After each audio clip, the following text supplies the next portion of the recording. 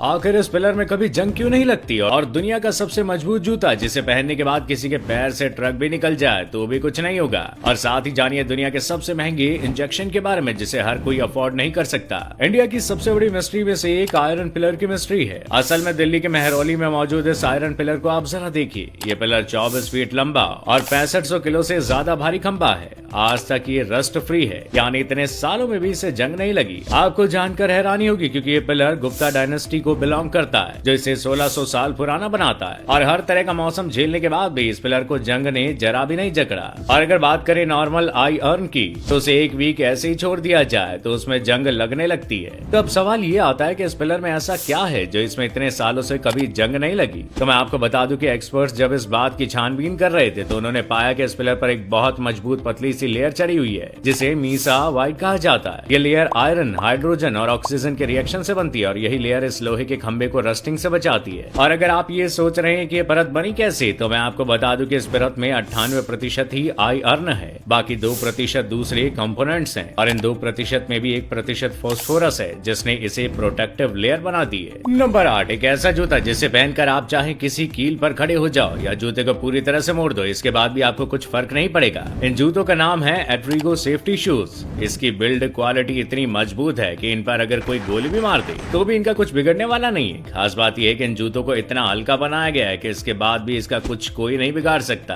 बाकी ये कहावत कहीं भी और कभी भी अप्लाई हो सकती है कि सावधानी हटी और दुर्घटना घटी। सेम कहानी इन जूतों के साथ भी है। तो अगर आप ये जूते लेते हैं तो ये आपके लिए अपना रिस्क होगा। नंबर 7, अगर आपको याद हो तो एक बार सोशल मीडिया पर डोनेशन की लहर चली थी जिसमें एक छोटी बच्ची को 16 करोड़ रुपए का इंजेक्शन लगना था, इसलिए इसके लिए अपील की जा रही थी। और सवाल ये आता है कि ऐसी कौन सी भयानक बीमारी आ गई जिसके लिए इंजेक्शन लगाना है, वो भी 16 करोड़ का। तो हुआ ये कि इस वेदिका नाम की बच्ची को एक बेहद ही खतरनाक बीमारी है जिसे स्पाइनल मस्कुलर एट्रोफी कहा जा रहा है। इसमें बच्चे की मसल सिकुड़ने लगती है जिसके बाद रोजमर्रा की सभी चीजें बच्चा खुद से करना भूल जाता है। हालांकि वेदिका के केस में इस महंगे इंजेक्शन के पैसे इकट्ठे कर लिए गए थे जिसके बाद इन बच्ची को बचाने के लिए कई कोशिशें की गई, लेकिन कुछ दिन बाद वेदिका दुनिया को अलविदा कह गई। नंबर 6, दुनिया में अब कुछ भी बदलना नामुमकिन नहीं है क्योंकि अब सब कुछ पॉसिबल है और ऐसा पॉसिबल हुआ एक मर्द की प्रेगनेंसी से। ये केस केरल का है जहाँ एक पुरुष ट्रांसप्लांट के जरिए पहले महिला बनता है और इसके बाद अब वो प्रेग्नेंट है। अब वो बच्चों को मार्च में जन्म भी देगा। बच्चे का जन्म होने के बाद वो उसे ब्रेस्ट मिल्क बैंक के जरिए दूध पिलाने की प्लानिंग कर रहा है। ये ट्रांसजेंडर कपल केरल के कोझिकोड का रहने वाला है। केरल के कोझिकोड के शहद और जिया पावल एक ट्रांसजेंडर कपल है। अब वो एक नई जर्नी शुरू करने के लिए भी तैयार है और ट्रांसजेंडर शख्स ने प्रेग्नेंट होने के लिए अपनी ट्रांजिशनिंग प्रोसेस को बंद कर दिया। कपल मार्च में अपने पहले बच्चे की उम्मीद भी कर रहा है। वैसे तो ये केस पहला नहीं है पर भारत में ट्रांसजेंडर कम्युनिटी के बीच ये एक पहला मामला है। कोझिकोड में क्लासिकल डांस टीचर जिया कहती है कि जब हमने 3 साल पहले एक साथ रहना शुरू किया तो हमने सोचा कि हमारा जीवन दूसरे ट्रांसजेंडरों से अलग होना चाहिए। ज्यादातर कपल का सोसाइटी के साथ साथ उनके परिवारों द्वारा भी बहिष्कार किया जा रहा है और हम एक बच्चा चाहते थे ताकि इस दुनिया में हमारे दिनों के बाद भी एक शख्स हो और इसलिए हम ये बच्चा पैदा करना चाहते हैं। नंबर 5, एक ऐसा ऑटो रिक्शा जिसके डिजाइन से बड़े बड़े डिजाइनर्स के डिजाइन फेल हैं। अभी जो ऑटो रिक्शा आप देख सकते हैं इसे बड़ी खूबसूरती के साथ एक लग्जरी कार की तरह डिजाइन किया गया है। अब इसे जिस किसी ने भी बनाया बंदे का देसी जुगाड़ इंटरनेट पर खूब बवाल मचा रहा है और इसीलिए लोग बोल रहे हैं कि भाई ने कमाल का ऑटो बनाया है, इसमें एक बार सफर करना तो बनता ही है। नंबर 4, आपने ईंट और सीमेंट से घर बनते तो देखा ही होगा,